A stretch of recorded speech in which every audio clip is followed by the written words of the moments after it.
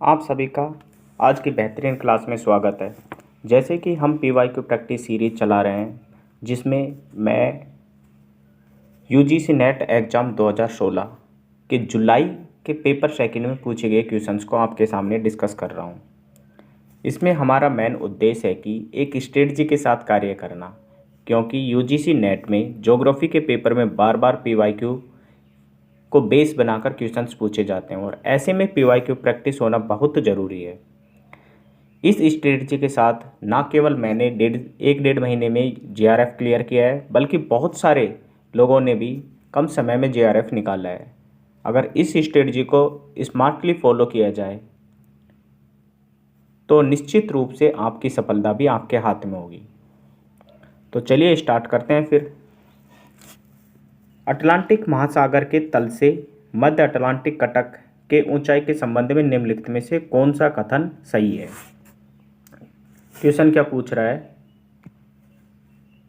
ये अटलांटिक महासागर का नितल और इस पर बनी हुई है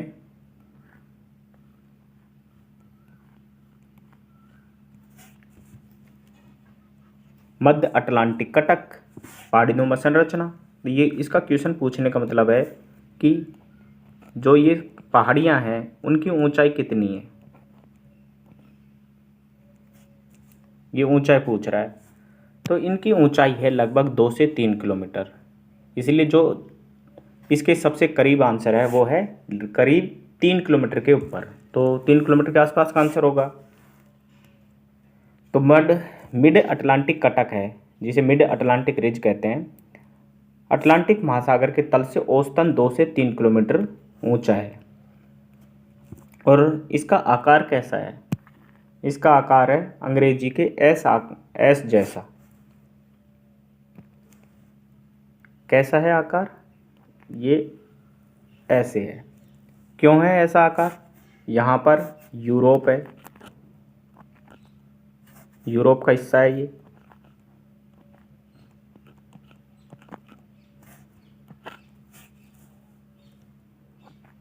एक सेकंड,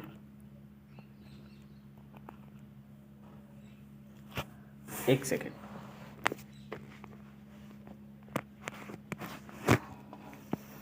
ये यूरोप का हिस्सा है, यहाँ पर दक्षिण अमेरिका है,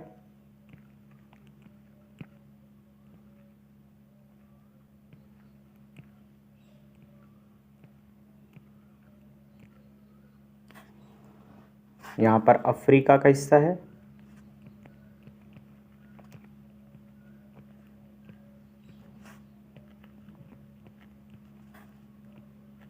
इस वजह से इसका आकार एस आकार का है। ठीक है।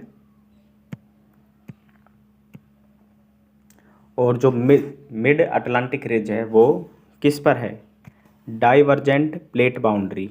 डाइवर्जेंट प्लेट बाउंड्री क्या होती है, अगर दो प्लेटें हैं साथ में तो ये एक दूसरे से दूर जाती हैं, इसी को कहते हैं डाइवर्जेंट प्लेट बाउंड्री। इसके कुछ शिखर ऊपर निकलकर द्वीप बने हैं, जिसमें सबसे फेमस द्वीप कौन सा है, ये है आइसलैंड, यूरोप के पास ग्रीनलैंड के पूर्व में। ओके। इसके बाद में अब नेक्स्ट क्वेश्चन पे चलते हैं। वह प्रवाल भित्ति जो सामान्यतः समुद्र तट के उस हिस्से में पाई जाती है जहाँ कोई छिछला जलमार्ग या लैगून मिलती हो, ये कह रहा है कि ऐसी प्रवाल भित्ति के बारे में बताओ जो समुद्र तट के उस हिस्से में पाई जाएगी जहाँ कोई छिछला जलमार्ग या लैगून स्थित है। मान लो ये कोई महाद्वीप है, ये कोई भी द्वीप है, स्थलीय भाग है, तो इसके पास में अगर प्रवाल भित्ति पाई जा रही है तो एक लैगून होगा।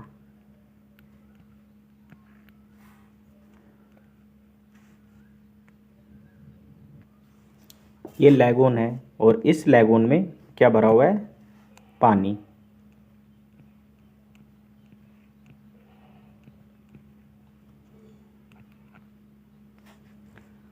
तो ऐसी भित्ति के बारे में बताओ। तो ऐसी भित्ति कहाँ पर मिलेगी और कौन सी भित्ति होगी, ये बैरियर होगी, फ्रिंजिंग भित्ति होती है वो तो समुद्र तट के पास रहती है, इसमें लैगून नहीं होता। लेकिन जब लैगून विकसित हो जाती है, बैरियर बन जाती है। और जब द्वीप के चारों तरफ एक रिंगनुमा भित्ति विकसित हो जाए, रिंगनुमा, तो इसे कहेंगे स्तबक, स्तबक या अटोल। तो इसमें से ए ही आंसर है, इसका आंसर है ए, रोदिका भित्ति। प्रवाल भित्तियों के प्रकार कौन कौन से होते हैं?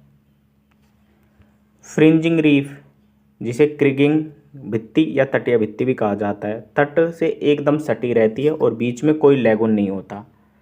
ध्यान रखना है, इसके बीच में कोई लैगून नहीं होता है। दूसरी है बैरियर रीफ, रोदिका भित्ति, तट से दूर होती है और तट और भित्ति के बीच एक छिछला लैगून होता है, और यही हमारा उत्तर है।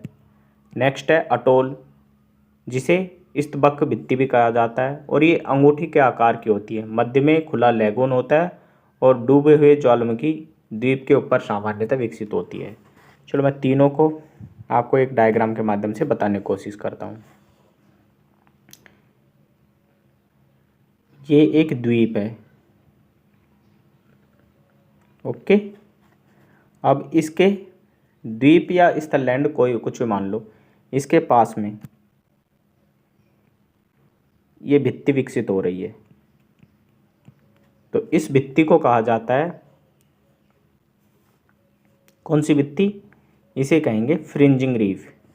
अब मान लो ये द्वीप नीचे की तरफ जा रहा है, डूब रहा है, तो डूबेगा तो धीरे धीरे जो भित्ति है वो भी विकसित होगी ऊपर की तरफ, ठीक है, उसको आधार मिल जाएगा ना विकसित होने के लिए। तो ये ऊपर की तरफ बढ़ रही है। एक सेकेंड,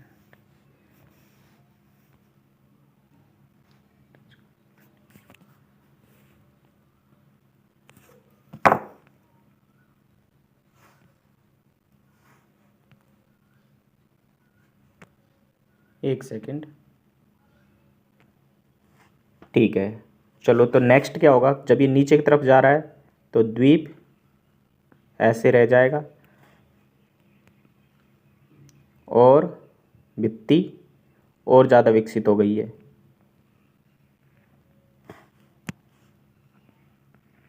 ये भित्ति हो गई। अभी यहाँ पर जब चूने की मात्रा, ये चूने से बना होता है प्रवाल भित्ति, अब चूने की मात्रा यहाँ पर ज़्यादा है, तो इस एरिया से कुछ हिस्सा कट जाएगा और यहाँ पर पानी एकत्रित होने लगेगा, तो यहाँ पर एक लैगून विकसित हो जाता है, ठीक है। तो ये हो गई बैरियर। और अब मान लो इस द्वीप के चारों तरफ, इस द्वीप के चारों तरफ भित्ति विकसित हो जाए,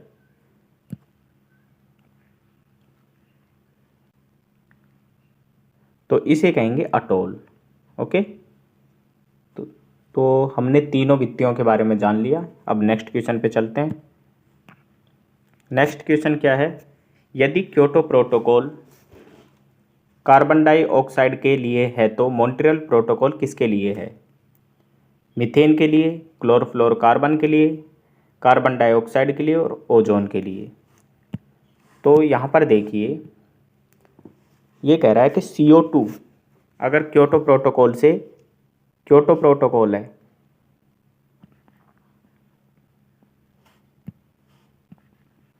क्योटो प्रोटोकॉल से CO2 हटाया गया, तो मॉन्ट्रियल प्रोटोकॉल, मॉन्ट्रियल प्रोटोकॉल से क्या हटाया गया? तो मॉन्ट्रियल प्रोटोकॉल से जो हटाया गया था वो था CFC। CFC को कम किया गया था क्योंकि ये ओजोन डिप्लेटिंग एजेंट है। तो ओजोन को अगर संरक्षित करना है तो इसको जो क्षरण पहुंचाने वाले पदार्थ हैं उनको हटाना पड़ेगा। तो सबसे प्रमुख जो डिप्लेटिंग एजेंट है वो CFC है, इसलिए CFC को हटाया गया था मॉन्ट्रियल प्रोटोकॉल द्वारा। थोड़ा सा इसके तुलनात्मक अध्ययन कर लेते हैं। जैसे क्योटो प्रोटोकॉल आई थी 1997 में और CO2 गैस को इससे हटाया गया था और ये ग्रीन हाउस गैसेज के उत्सर्जन नियंत्रण से संबंधित थी, जिसमें CO2 को प्राथमिकता से हटाया गया था। मॉन्ट्रियल प्रोटोकॉल दूसरी है, 1987 में आया है ये, और इसमें ओजोन डिप्लेटिंग सब्सटेंसेज इन्हें हटाना है। और विशेषता इसमें किसको हटाया गया? CFC मेन टारगेट था इसमें। तो ओजोन लक्ष्य है, CFC उसे नष्ट करने वाले एजेंट है, इसलिए CFC की रोकथाम के लिए मॉन्ट्रियल प्रोटोकॉल को लाया गया था।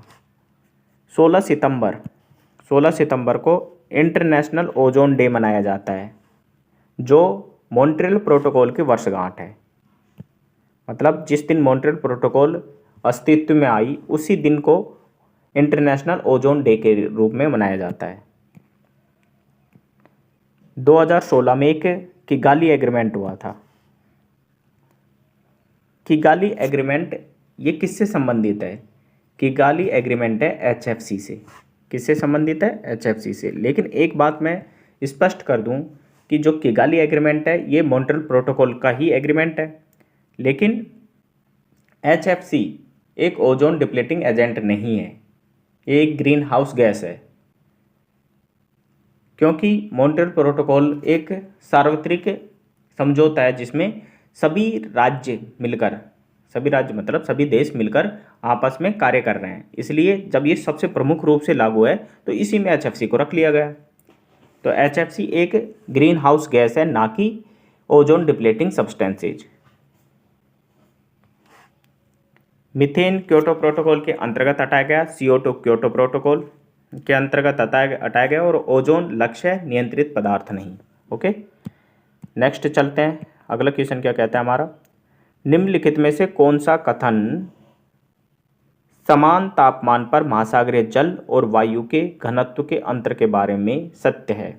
ये कह रहा है कि अगर तापमान टेम्परेचर सेम है, टेम्परेचर समान है, अगर ये समान है तो ऐसी स्थिति में महासागरीय जल, जो महासागर में जल है वो, और वायु, उनके बीच के घनत्व के अंतर को बताना है। क्या रहेगा घनत्व? तो ऑप्शन ए है महासागरीय जल का घनत्व वायु की तुलना में 800 गुना अधिक होता है। बी है महासागरीय जल का घनत्व वायु की तुलना में 600 गुना अधिक होता है। सी है महासागरीय जल का घनत्व वायु की तुलना में 400 गुना अधिक होता है। और डी है महासागरीय जल का घनत्व वायु की तुलना में 200 गुना अधिक होता है। क्योंकि एक डायरेक्ट फैक्ट है, इसमें इतना ही समझने के लिए है कि वायु हल्की होती है तो इसका घनत्व कम होगा, जल भारी होता है तो इसका घनत्व ज़्यादा होगा। ठीक है, क्योंकि जल में वैसे भारी भी है और उसके साथ साथ इसमें लवण मिले रहते हैं तो इसका घनत्व और ज़्यादा हो जाता है। तो इसका आंसर क्या होगा? इसका आंसर होगा ए, 800 गुना अधिक। महासागरीय जल का घनत्व समान तापमान पर समुद्री जल का घनत्व वायु से लगभग 800 गुना अधिक होता है। औसत समुद्री जल घनत्व कितना होता है? औसत समुद्री जो जल घनत्व 1025 किलोग्राम पर मीटर क्यूब होता है, जबकि वायु का घनत्व है, सी लेवल पर जो वायु है उसका घनत्व है 1.225 किलोग्राम पर मीटर क्यूब। ओके, तो ये लगभग 800 गुना के आसपास हो जाता है। कहाँ एक किलोग्राम पर मीटर क्यूब के आसपास, कहाँ 1025, तो कुछ 1.225 है ना, इसलिए जब 800 गुना करेंगे तो 1025 के आसपास आ जाएगा, थोड़ा कम ज़्यादा लेकिन लगभग। इसलिए समुद्री तरंगें अधिक ऊर्जावान होंगी, घनत्व ज़्यादा तो ऊर्जा भी अधिक। यही कारण है कि समुद्री धाराएं वायुमंडलीय धाराओं की तुलना में अधिक ऊर्जावान होती है। ठीक है, समुद्री धाराएं क्यों प्रबल होती हैं? इसीलिए होती है कि उनका घनत्व ज़्यादा है, ज़्यादा ताकत होगी तो ज़्यादा तेज प्रहार कर पाएगा, और जब तेज प्रहार होगा तो ऊर्जा अपने आप ही उसमें ज़्यादा है। नेक्स्ट क्वेश्चन पे चलते हैं। निम्नलिखित में से कौन सी खाड़ी में विश्व का सबसे ऊंची ज्वार भाटा आता है? मतलब क्वेश्चन क्या पूछ रहा है कि विश्व की कौन सी खाड़ी है जिसमें विश्व का सबसे ऊंचा ज्वार भाटा आता है? ज्वार आता है तो ज्वार कहाँ पर आएगा? बंगाल की खाड़ी ए ऑप्शन, बी हडसन की खाड़ी, सी फंडी की खाड़ी और डी खंबात खाड़ी। ये एक फैक्ट है, डायरेक्ट पूछा गया था। तो ये है फंडी की खाड़ी। फंडी की खाड़ी कहाँ पर है? ये कनाडा में है, नोवा स्कोशिया और न्यू ब्रुंसविक के बीच में आती है। ये कहाँ पर? कनाडा में है। विश्व की सर्वोच्च ज्वारीय ऊंचाई कितनी है? यहाँ पर जो ज्वार आता है वो है 16 से 17 मीटर हाइट का होता है।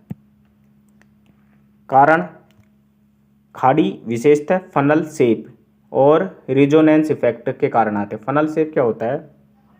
एक कीपनुमा पहाड़ी है ये, ऐसे। अब यहाँ से जल आ रहा है, ये जल आ रहा है। अब ऐसे में जब जल यहाँ पर जाएगा तो ज़्यादा मात्रा का जल कम जगह पे घेरने की कोशिश करेगा तो ऊंचाई तो बढ़ेगी, तो इसलिए इसकी ऊंचाई बढ़ जाती है। ठीक है, रेजोनेंस इफेक्ट मतलब उसमें बार बार एकत्रित हो रहा है, इसलिए। भारत में सर्वाधिक ऊंचा ज्वार, अगर भारत के बारे में पूछा जाए तो भारत में सर्वाधिक ऊंचा ज्वार कहाँ आता होगा? भारत में ऐसी स्थिति जहाँ पर होगी वहाँ पर सबसे ऊंचा ज्वार आता होगा। तो ऐसी स्थिति पूरी भारतीय तट पर कहाँ पर है? ये मान लेते हैं भारत है।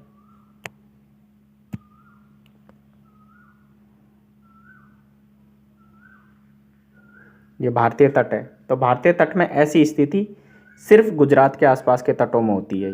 यहाँ पर इस वाले एरिया में होती है ऐसी स्थिति, तो यहीं पर सबसे ऊंचे ज्वार आएंगे। तो यहाँ पर खंबात की खाड़ी, गल्फ ऑफ खंबात में सबसे ऊंचे ज्वार आते हैं इस एरिया में। ओके, खंबात की खाड़ी में सबसे ऊंचे ज्वार आते हैं यहाँ। खंबात की खाड़ी, भारत में सबसे ऊंचे ज्वार कहाँ पर आते हैं? खंबात की खाड़ी में आते हैं। ज्वार का कारण क्या होता है? मुख्यतः ज्वार का कारण सूर्य और चंद्रमा की गुरुत्वाकर्षण शक्ति होती है, इसी के कारण ज्वार आते हैं। लेकिन ये एकमात्र कारण नहीं है, ये दिमाग में रखना है। और भी बहुत सारे कारण हैं जिनके बारे में स्पष्टतः पता नहीं है। जैसे जो कारण मुख्यतः माने जाते हैं, इसमें से ज्वार गुरुत्वाकर्षण तो हो ही गया, उसके अलावा पृथ्वी के आकर्षण और प्रतिकर्षण शक्ति है, इसके कारण ज्वार आ रहे हैं।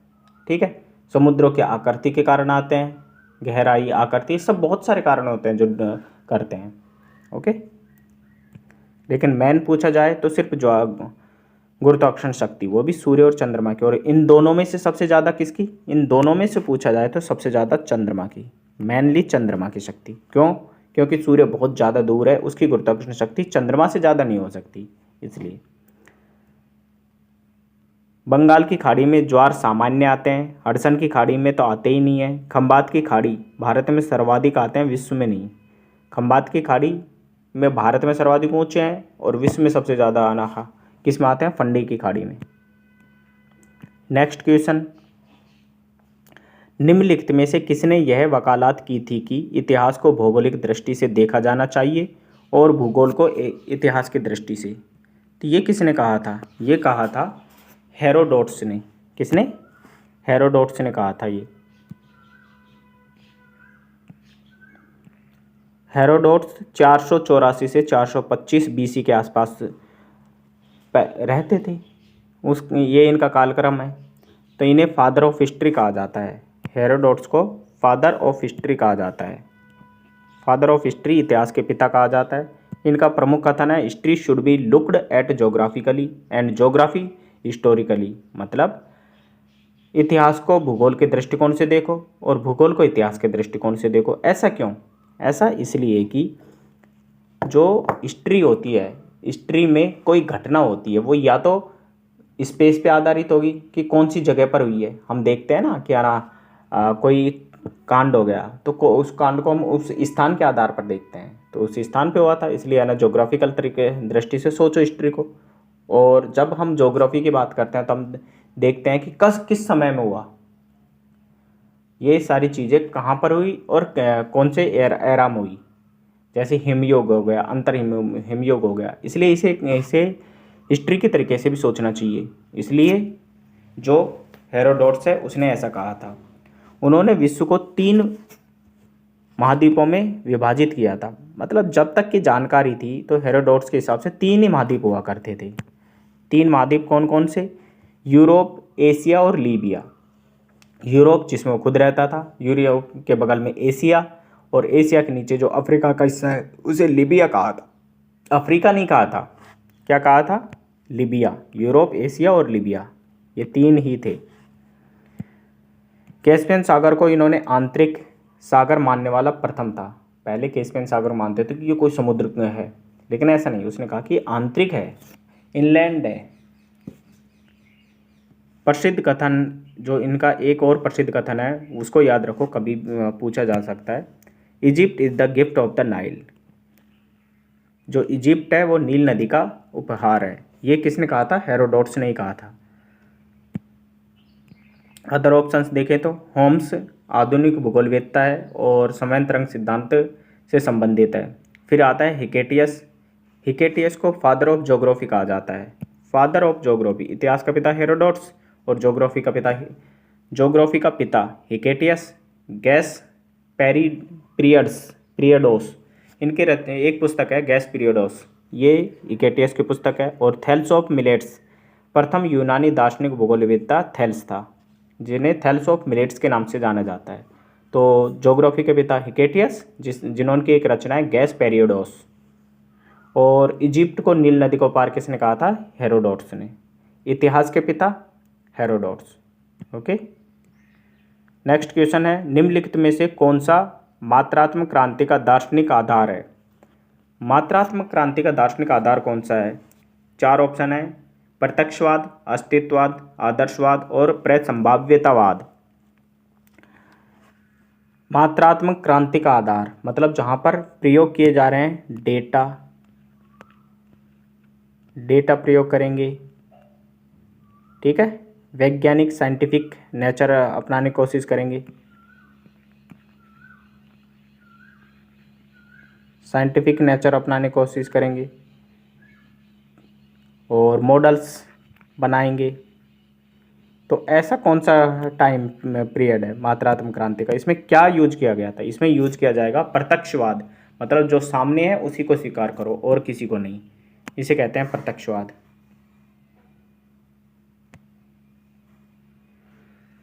इसका एक्सप्लेनेशन देखते हैं। प्रत्यक्षवाद जिसे पॉजिटिविज्म कहते हैं, प्रतिपादक है इसका ऑगस्ट काम्टे था इसका, ऑगस्ट काम्टे। ये फ्रांसीसी दार्शनिक है। इन्होंने मात्रात्मक क्रांति 1950 से 60 के दशक का दार्शनिक आधार प्रदान किया था। और जो प्रत्यक्षवाद है इसे अनुभववाद या एम्पिरियलिज्म भी कहा जाता है, एम्पिरिसिज्म भी कहा जाता है, अनुभव्यवाद। मान्यता क्या है इसमें? ज्ञान केवल तथ्यों, आंकड़ों और तार्किक प्रमाणों पर आधारित होता है। मतलब ज्ञान को केवल साबित किया जा सकता है। ज्ञान ऐसा नहीं है कि कुछ कह दिया किसी ने उसे मान लिया, नहीं, उसे तथ्य, आंकड़ों और तार्किक प्रमाणों पर आधारित होना होगा, वही ज्ञान कहलाएगा। भूगोल में मात्रात्मक क्रांति या प्रत्यक्षवाद से क्या आया? मेथड्स आए, मॉडल्स आए, स्पेशियल एनालिसिस का उपयोग किया जाने लगा। इसके बाद में कुछ अदर ऑप्शन जो उसमें है देख लेते हैं। अस्तित्ववाद क्या होता है? एग्जिस्टेंशियलिज्म, ये होता है ह्यूमनिस्टिक ज्योग्राफी से संबंधित। मतलब इसमें बात की गई कि मानव का जो अस्तित्व है ना, वो सबसे महत्वपूर्ण है। तो अगर मानव का अस्तित्व बनाए रखना है तो क्या करना होगा, ये अस्तित्ववाद कहता है। आदर्शवाद कहता है कि कोई भी चीज़, ये भी ह्यूमनिस्टिक अप्रोच है, कोई भी चीज़ या कोई भी घटना है या कोई कार्य है, उसे किसी न किसी नैतिक उद्देश्य के आधार पर करना होगा। अगर उसके पीछे कोई नैतिकता नहीं है ना, तो फिर उसका कोई मतलब नहीं है। नैतिकता होना जरूरी है। एक आता है प्रोबेबिलिज्म, प्रसंभाव्यवाद। ये पॉसिबिलिज्म का विस्तार है। मतलब इसमें क्या कहा गया है, ग्रिफिथ टेलर ने दिया था इसे। ये कहते हैं कि संभावनाएं प्रकृति हमें प्रदान कर रही है संभावनाएं, लेकिन इन संभावनाओं का उपयोग करना हमारे ऊपर निर्भर है। लेकिन साथ ही साथ हम ऐसी कार्य नहीं करें कि प्रकृति को नुकसान पहुंचे। इसलिए पहले सोचो, उसके बाद में उन संभावनाओं का उपयोग करो। हो सकता है कि कुछ ऐसे कार्य हो जिसको करने से प्रकृति को नुकसान पहुंचे, अंततः वो हमको ही नुकसान पहुंचाएगा। तो ऐसे में उन संभावनाओं को इग्नोर कर दो और वो संभावनाएं उपयोग करो जिसमें प्रकृति और मानव दोनों को सहअस्तित्व विद्यमान रह सके। ठीक है। नेक्स्ट क्वेश्चन, यह कथन कि मिस्र नील नदी की देन है किसका है? अभी हमने थोड़ी देर पहले देखा था, ये किसने कहा था? ये कहा था हेरोडोटस ने कहा था। हेरोडोटस का ही ये कथन है। और नील नदी की बाढ़ से मिस्र की उपजाऊ जलोढ़ मिट्टी का निर्माण होता है। हेरोडोटस ने 5वीं शताब्दी बीसी में मिस्र की यात्रा की थी। कैस्पियन सागर को इन्होंने आंतरिक सागर मानने वाले प्रथम भूगोलवेत्ता थे।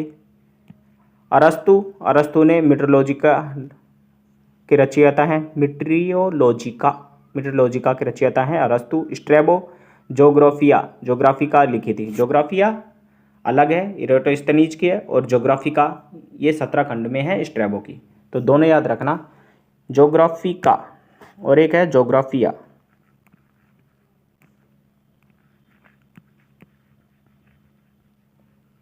जोग्राफिया, ये जोग्राफिया है एरेटोस्थनीज की।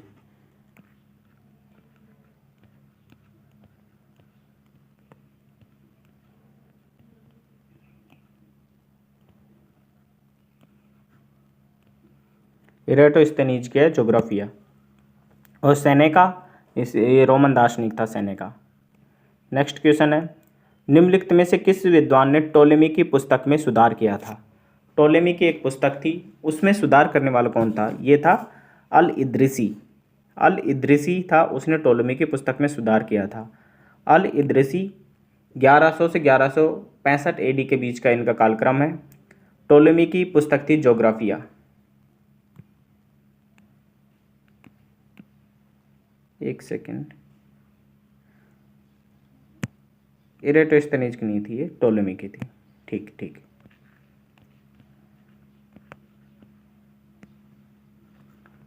टोलेमी की पुस्तक थी जोग्राफिया। जोग्राफिया टोलेमी की पुस्तक थी। सॉरी, मुझसे गलती हो गई, लेकिन ठीक है। टोलेमी की पुस्तक थी जोग्राफिया। जोग्राफिया में इन्होंने सुधार किया था। और प्रमुख पुस्तक है अल इद्रिसी की किताब अल रुजारी। रोजर की किताब है ये, बुक ऑफ रोजर भी कहते हैं इसे। सिसिली के राजा रोजर सेकंड के लिए लिखी गई थी ये किताब अल रुजारी। नेक्स्ट है, 70 खंडों में विश्व का मानचित्र बनाया गया है इस पुस्तक में। कौन सी पुस्तक में? किताब अल रुजारी में। इनका मानचित्र दक्षिण ऊपर था और उत्तर नीचे था। जो अल इद्रिसी ने बनाया था ना, इनका दक्षिण उत्तर में था और उत्तर दक्षिण में था।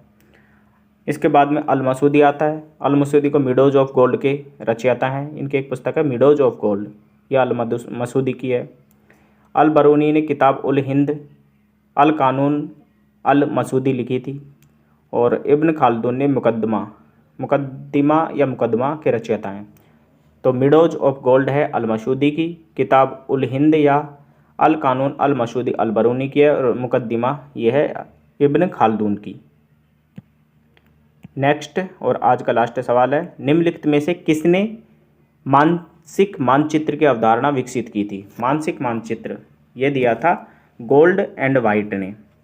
किसने दिया था? गोल्ड एंड वाइट ने। पीटर गुल्ड भी कहते हैं, गोल्ड भी कहते हैं। पीटर गोल्ड और रुडनी वाइट 1974 में मेंटल मैप पुस्तक प्रकाशित की थी दोनों ने मिलकर। और यह अवधारणा बिहेवियरल ज्योग्राफी मतलब व्यवहारवादी भूगोल का हिस्सा है। व्यवहारवादी में क्या होता है? मानव के व्यवहार को भी तो इंक्लूड करो ज्योग्राफी में, ये कहता है। परिभाषा लोगों के मस्तिष्क में किसी स्थान की आत्मनिष्ठ सब्जेक्टिव छवि होती है। प्रारंभिक कार्य Kevin link the image of the city में इन्होंने किया था। मानसिक मानचित्र से संबंधित प्रारंभिक कार्य केविन लिंक ने किया था, लेकिन वास्तविक अवधारणा पीटर गुल्ड और रुडनी वाइट ने प्रस्तुत की थी। अदर ऑप्शन देखें, डाउन्स एंड स्टिया कोग्निटिव मैपिंग के प्रतिपादक है। कोग्निटिव मैपिंग डाउन्स एंड स्टिया की है। इन्वायरमेंटल परसेप्शन ये है सारिनन की। सारिनन इन्वायरमेंटल परसेप्शन से जुड़े हुए हैं। The image and hugger, the image है बोल्डिंग की, और हैगर स्टैंड की है टाइम ज्योग्राफी। तो कोग्निटिव मैपिंग किसकी है? डाउन एंड स्टिया की। इन्वायरमेंटल परसेप्शन किसका है? सारिनेन का। और द इमेज 1956 में आई पुस्तक है, ये बोल्डिंग की है। और टाइम ज्योग्राफी ये हैगर स्टैंड की है। तो इस तरीके से आज हमने 10 सवाल किए और आगे भी इस सीरीज को कंटिन्यू रखेंगे। मेरा मानना है कि अगर PYQ की प्रैक्टिस अच्छी से की जाए, जैसे कि मैं एक नई सीरीज स्टार्ट करने वाला हूँ कल या परसों से, जिसमें मैं PYQ को 2016 जुलाई पेपर 3 से स्टार्ट करूँगा और इसके बाद मैं पेपर वाइज सारी सीरीज 2025 तक, दिसंबर 2025 तक लेके आऊँगा। इसमें मैं हर क्वेश्चंस का पूरी तरीके से एक्सप्लेनेशन दूंगा, हर ऑप्शंस को समझाने की कोशिश करूंगा और उससे रिलेटेड अगर और अदर कोई कंसेप्ट है वो भी आपको बताने की कोशिश करूंगा, जिसके माध्यम से अगर आप इस सीरीज को देख लेते हैं तो आपको आपकी तैयारी के बाद में लास्ट टाइम में और कुछ पढ़ने की ज़रूरत नहीं है। आपको सारे नोट्स साइड में रख देने हैं और सिर्फ इस सीरीज को फॉलो करना है। अगर आपने इतना कर लिया तो आपको किसी भी तरीके से JRF निकालने से नहीं रोका जा सकता है। इस सीरीज को आप बार बार देखें, ये हमेशा रिलेवेंट रहने वाली है, जुलाई में भी, दिसंबर में भी और आगामी परीक्षाओं में भी, क्योंकि ये PYQ सीरीज होगी और इस पर मैं सच में पूरी मेहनत के साथ में उसको लेके आऊँगा। तो बने रहिए हमारे चैनल पर और लाइक, शेयर और सब्सक्राइब कर लीजिए, जिससे हमें मोटिवेशन मिले और आपके लिए इस सीरीज़ को कंटिन्यू रखने के लिए प्रेरणा प्राप्त हो। Thank you.